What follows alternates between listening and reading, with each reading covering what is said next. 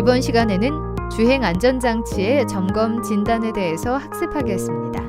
오늘의 학습 내용은 NCS 학습 모듈 주행 안전장치 정비의 3페이지부터 37페이지에서 확인할 수 있습니다.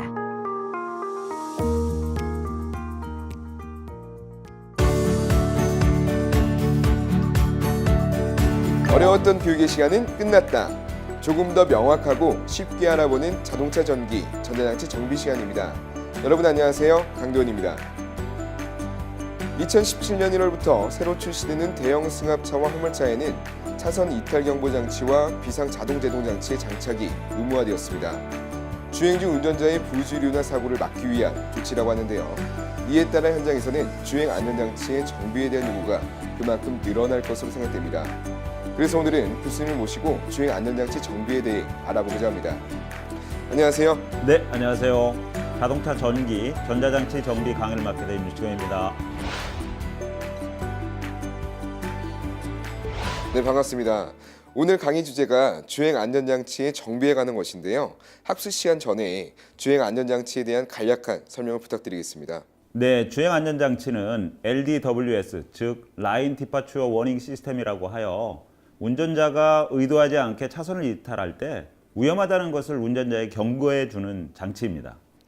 네, 그렇군요. 의도하지 않은 차선 이탈이라는 게 혹시 방향 지시 등을 넣지 않고 차선을 변경하는 경우도 포함되나요? 네, 맞습니다. 그럴 경우는 경고음이 켜지지만 방향 지시 등이 먼저 켜진 후에 차선을 변경할 때에는 경고음이 울리지 않습니다. 네. 이제 조금 감이 오는데요. 보다 자세한 것은 본 학습에서 알아보기로 하겠습니다. 오늘도 열심히 준비 중인 기정씨, 미션 왔어요. 오늘 미션 뭐예요, 피디님? 네? 오, 궁금한데요. 자, 오늘은 또 뭘 배워볼까? 정비 지침서에 따라 주행 안전장치를 점검 진단하고 고장 원인을 파악하라. 오늘 요거 철저히 배워서 자동차에 대해서 마스터할 거예요. 가시죠.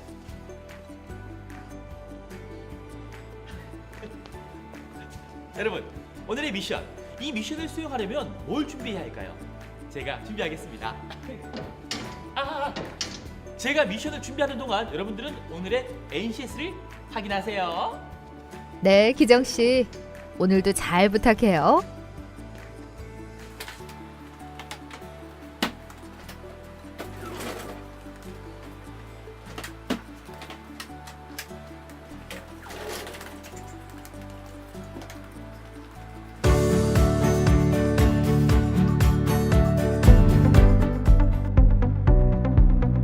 오늘 배울 내용의 NCS 정보를 확인합니다. 우리는 이 중에 주행 안전장치의 점검 진단에 대해 알아보고자 합니다.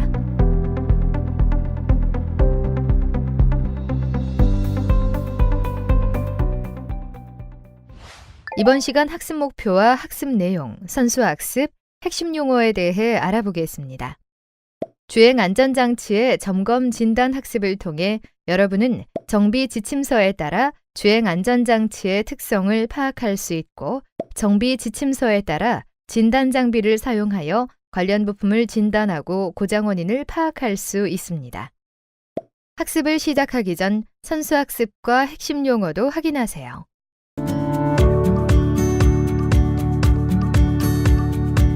주행 안전장치의 구성을 살펴보면 디스플레이 클러스터, 작동 스위치, 카메라 내장 컨트롤 유닛, 차선 보조용 진동 스티어링 휠 등으로 구성되어 있습니다.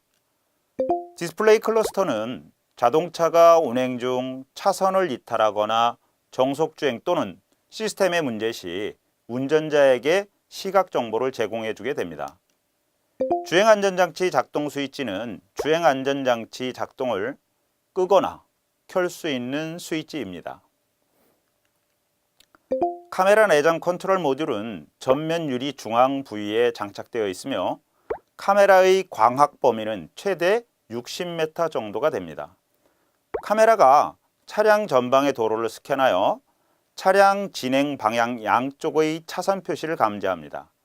소프트웨어는 차선의 폭과 공류를 계산하게 되고 차선 내의 차량 위치, 즉 차량과 좌우 차선 표시 간의 거리와 차선 표시에 대한 접근각을 계산하게 합니다. 접근각이 규정치를 벗어나게 되면 클러스터와 스티어링 휠을 통하여 운전자에게 경고하게 됩니다.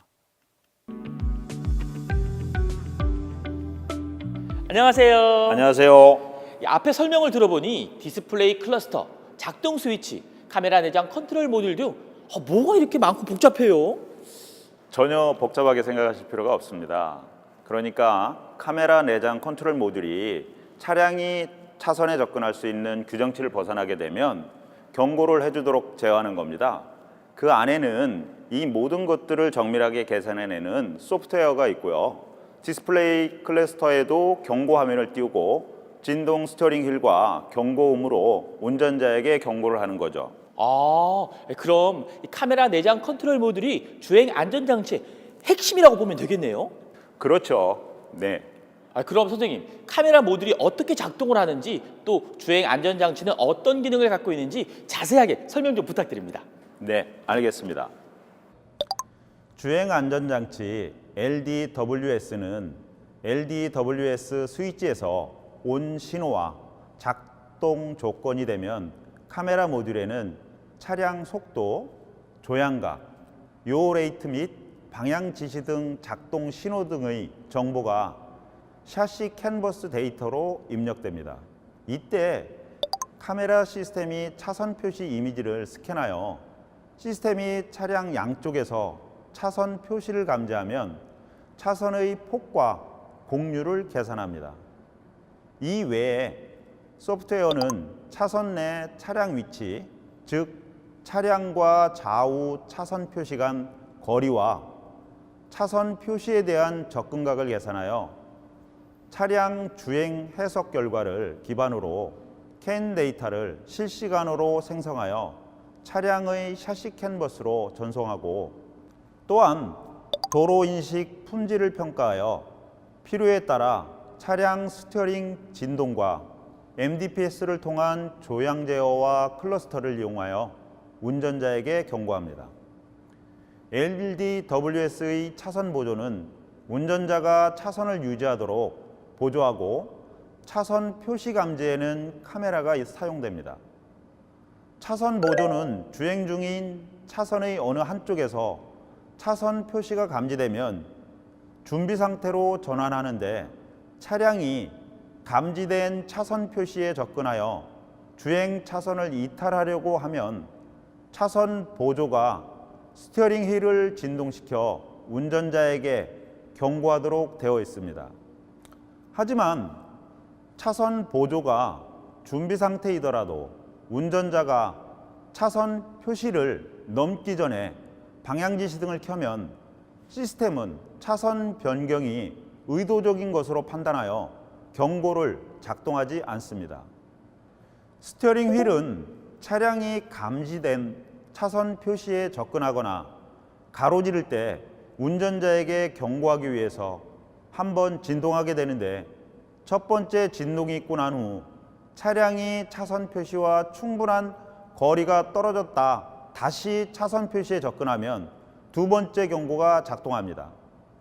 차량이 차선 표시와 나란히 주행할 때는 지속적으로 경고가 작동하지는 않습니다.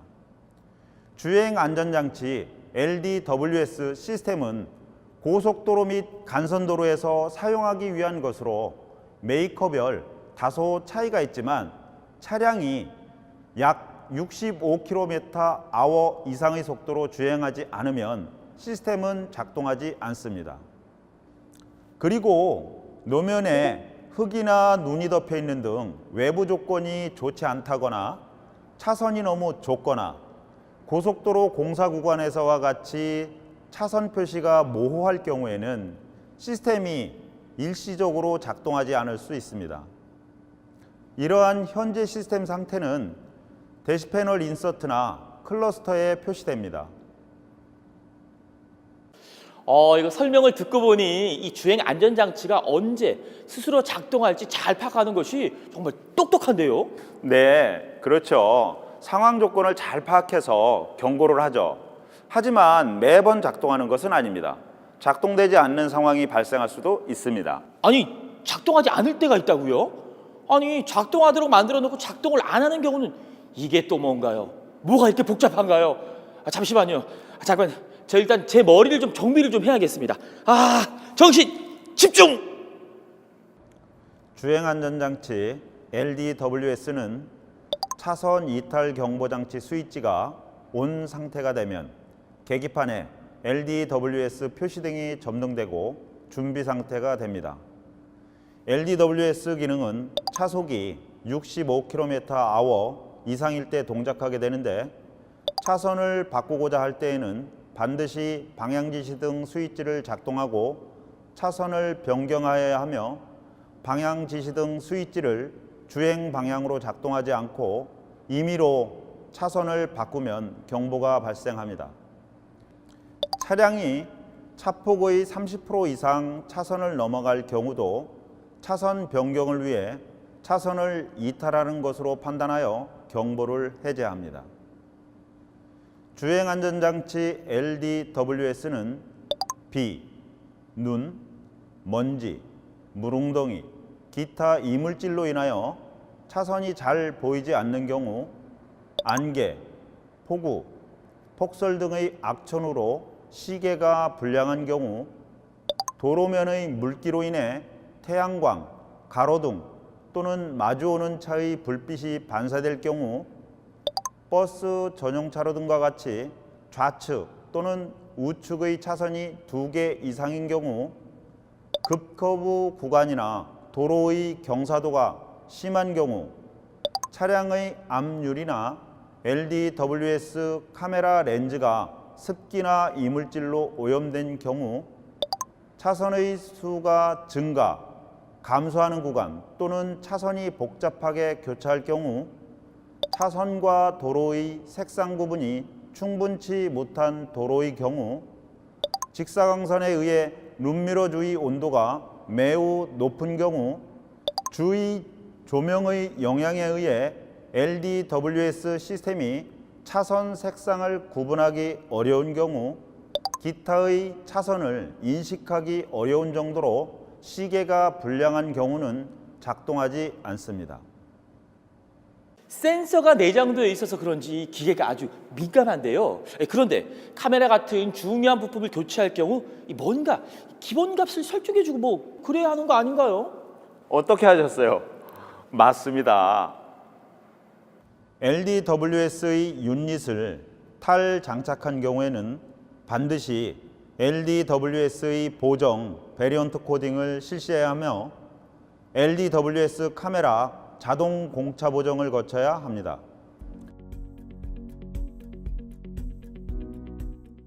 LDWS의 보정 베리언트 코딩이 필요한 경우는 LDWS의 유닛을 신품으로 교체한 경우, 윈드실드 글라스를 교환한 경우, 윈드실드 글라스의 LDWS 브라켓이 변형된 경우에는 꼭 수행해 주어야 합니다. 그리고 LDWS 카메라 자동 공차 보정은 평탄한 직선도로에서 보드판에 부착된 시뮬레이션 타겟과 차량을 정렬하여 카메라를 보정하는 것으로, 지정된 허용 오차 내에서 0점 설정이 안 되었을 경우 LDWS 카메라에 0점 조절 미실시 고장 코드가 표출됩니다.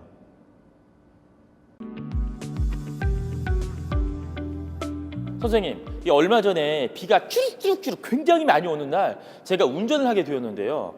비가 오면 그 외에 차선이 잘 안 보이잖아요. 그런데 하필 그때 차선 이탈 경보 시스템이 또 작동을 하지 않는 거예요. 그래서 다음날 정비하러 꼭 가야지 하는데, 아니 그 다음날은 또 제대로 작동을 하는 거예요. 그러다 보니까 차의 안전장치가 제대로 작동을 하고 있는지 작동을 안 하는지 너무 궁금하던데, 이 주행 안전장치가 제대로 작동하고 있는지 어떻게 점검하고 진단하면 될까요? 간단합니다. 진단기를 이용해서 하면 되겠죠. 맞아요. 진단기. 그게 있었죠. 깜빡했습니다. 제가 실습 준비를 하고도 정말 깜빡했네요. 선생님, 그럼 제대로 준비했는지 확인 좀 부탁드립니다. 네, 맞습니다. 그리고 실습실에서는 항상 안전이 중요하니까 안전에 대한 유의사항도 함께 살펴보세요. 주행 안전장치 진단기를 이용해 LDWS를 진단할 때에는 먼저 차량 진단기의 전원을 켜고 작동 유무를 확인한 다음 진단기의 최신 버전 여부를 확인해서 진단하고자 하는 차종과 연식이 진단기에 적합하면 진단을 실시합니다. 그럼 주행 안전장치 진단기를 이용해 LDWS를 진단해 보도록 하겠습니다. 먼저 차량 종합진단기 메인 화면을 확인합니다. 차량 메이커, 차종, 연식 구분, 엔진 형식을 선택합니다. 해당 시스템 선택하기 항목에서 진단할 시스템을 클릭하여 사용자가 점검할 시스템을 선택합니다. 종합진단기에서 고장 코드를 선택합니다. 끝으로 데이터를 분석하여 기계적 결함과 전기적 결함을 확인한 후 단품 문제와 신호 체계의 이상 유무를 확인합니다.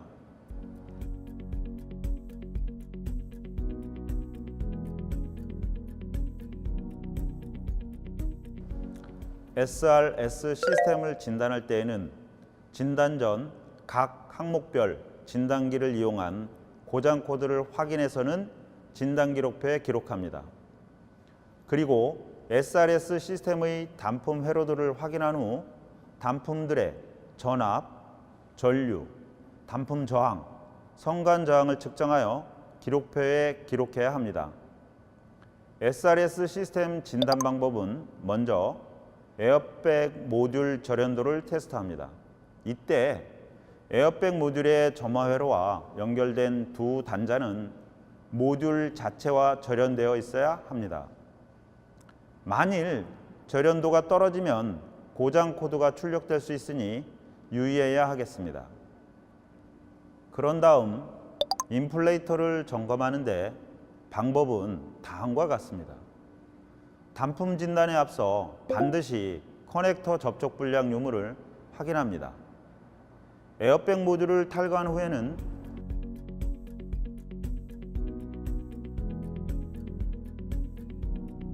에어백 모듈 단품 연결 와이어링 포함해서 하이와 로우 두 단자 사이의 저항을 측정합니다. 와이어링 없이 모듈에서 측정하면 단락바에 의하여 0오음이 측정됩니다.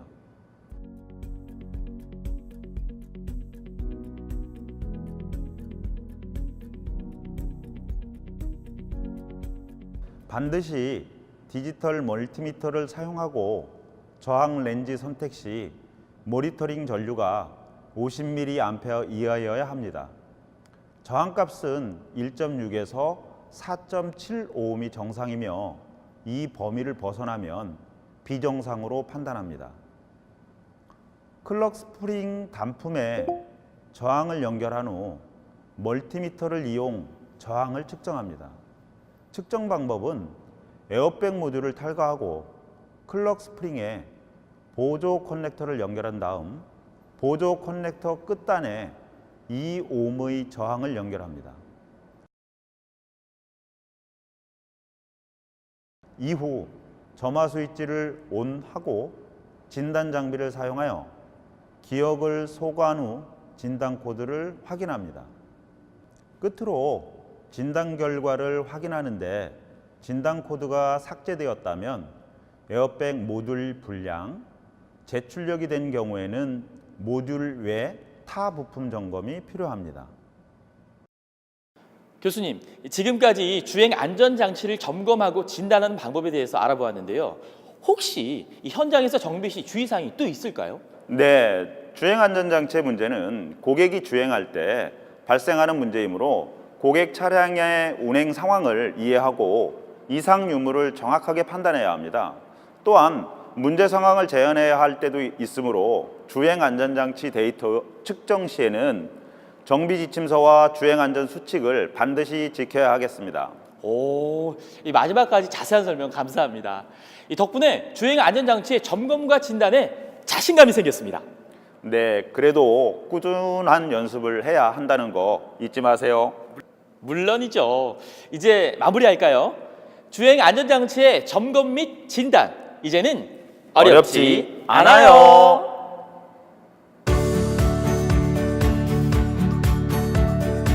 네, 어느덧 학습이 끝나는데요. 어떠세요?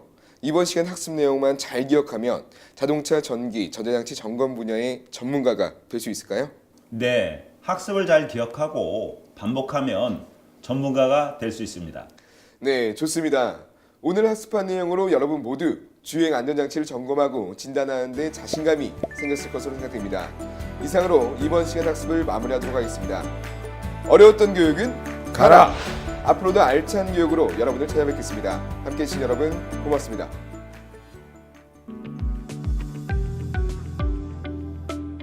이번에는 안전벨트, 에어백에 대해서 한번 점검을 해보도록 하겠습니다. 안전벨트나 에어백 관련돼서 고장날 수 있는 내용은 보통은 이제 에어백 같은 경우에는 경고등이 많이 있겠고요. 안전벨트 같은 경우에는 안전벨트를 이제 채울 때 이제 버클이라든지 그런 데서 이제 고장이 많이 일어나고, 안전벨트 같은 경우에도 이제 안전벨트가 정상적으로 잘 착용이 됐는지, 그리고 승객을 감지한다든지 뭐 그런 류의 센서들의 문제 때문에 경고등이 많이 점등이 되고 있습니다. 에어백이나 안전벨트 같은 경우에는 유사시 확실한 이제 에어백 전개라든지 그리고 안전벨트 조임이라든지 이런 것들이 확실하게 작동이 되어야 되기 때문에 기본적인 전기 흐름이라든지 배선 상태나 이런 거에 많이 영향을 받을 수가 있겠는데요. 일반적으로 사용되고 있는 배선에는 보통 구리선이 많이 사용이 되고 있는데요. 에어백이나 안전벨트 같은 경우에는 배선에 이 소재가 납으로 되어 있어서 납선이 많이 사용이 됩니다. 근데 이 납선 같은 경우에는 구부러짐이나 꺾임에 대해서 저항이 발생이 될 수가 있고, 그리고 배선 굵기도 매우 가늘기 때문에 매우 이제 예민한 장치가 될 수 있겠습니다. 그래서 시트에 보면은 이제 우리 안전벨트 버클이라든지, 그리고 요즘에 많이 이제 장착되고 있는 시트 옆에 측면에서 전개되는 측면 에어백, 보통은 이제 시트 옆구리, 등받이 옆구리에 많이 장착이 되는데요. 그래서 배선도 다 시트에 같이 연관돼서 이제 장착이 됩니다. 그리고 운전석 에어백 같은 경우에는 운전자가 조작하는 스티어링 휠 핸들의 가운데 이제 클락션 부분이랑 같이 연결돼서 장착이 되는 부분이 많이 있습니다.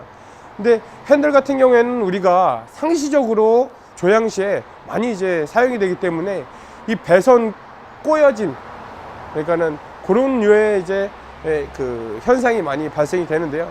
그런 거를 방지하기 위해서 우리가 클락 스프링이라는 부품이 핸들과 그리고 스티어링 컬럼 중간에 이제 장착이 돼서 최대한 그 배선에 영향을 미치지 않는 한에서 이제 작동이 되게끔 우리가 이제 사용이 될 수 있게끔 하고 있습니다. 그리고 경고등이 들어온다고 해서 무조건 교환을 하느냐, 또 그것도 아닌데요. 배선 커넥터의 그 접촉 상태라든지, 그리고 시트 밑에, 그리고 배선 라인의 꺾임이라든지 고정 상태에 따라서도 그런 경고등이라든지 뭐 이런 현상들이 발생이 될 수 있기 때문에 우리가 그 점을 항상 점검할 때 항상 그 점을 이제 유의를 해서 점검을 할 수 있겠습니다.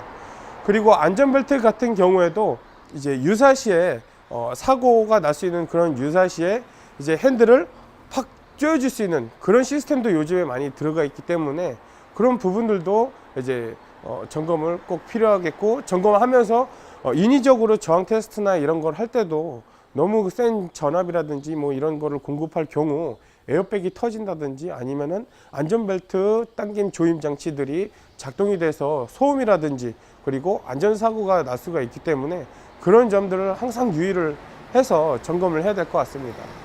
그리고 요즘 차량들이나 요즘 이제 생산되거나 사용되고 있는 차들 같은 경우에는 에어백 모듈을 이제 그러니까 연결을 해서 진단기로 각 센서 부위에, 그리고 각 배선이라든지 버클, 그리고 운전석 에어백, 조수석 에어백, 뭐 측면 에어백 종류가 많이 있는데 그쪽의 저항 상태를 점검을 해서 이 진단기 화면상에 출력을 해줌으로써 우리가 점검을 할 수 있는 방법도 많이 있습니다. 일단은 그렇게 이제 진단기를 이용을 해서 우리가 한번 에어백 시스템의 저항을 한번 점검을 해보도록 하겠습니다. 먼저 차량에 차량 진단 통신 모듈을 연결한 후에 프로그램을 실행합니다.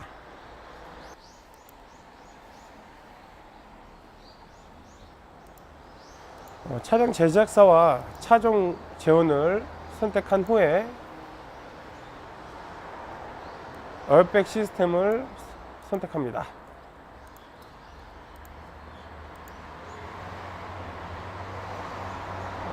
기본적으로 센서 데이터 쪽에 메뉴를 활용을 해서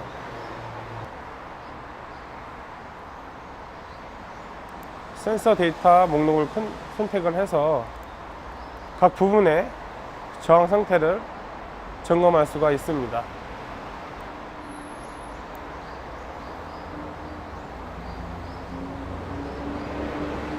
이렇게 차량에 장착되어 있는 에어백 모듈이라든지 에어백 시스템 관련 그리고 안전벨트 관련 점검을 먼저 이제 탈부착이라든지 그런 이제 실물 점검을 하기 전에 먼저 이렇게 이제 진단기를 통해서 한번 우리가 점검을 해보았습니다. 이번 시간 학습한 내용을 정리해 보겠습니다. 진단기를 이용하여 주행 안전장치를 진단하는 방법은 다음과 같습니다. 첫 번째, 차량 종합진단기 메인 화면을 확인합니다. 두 번째, 차종 메이커, 차종, 연식 구분, 엔진 형식을 선택합니다.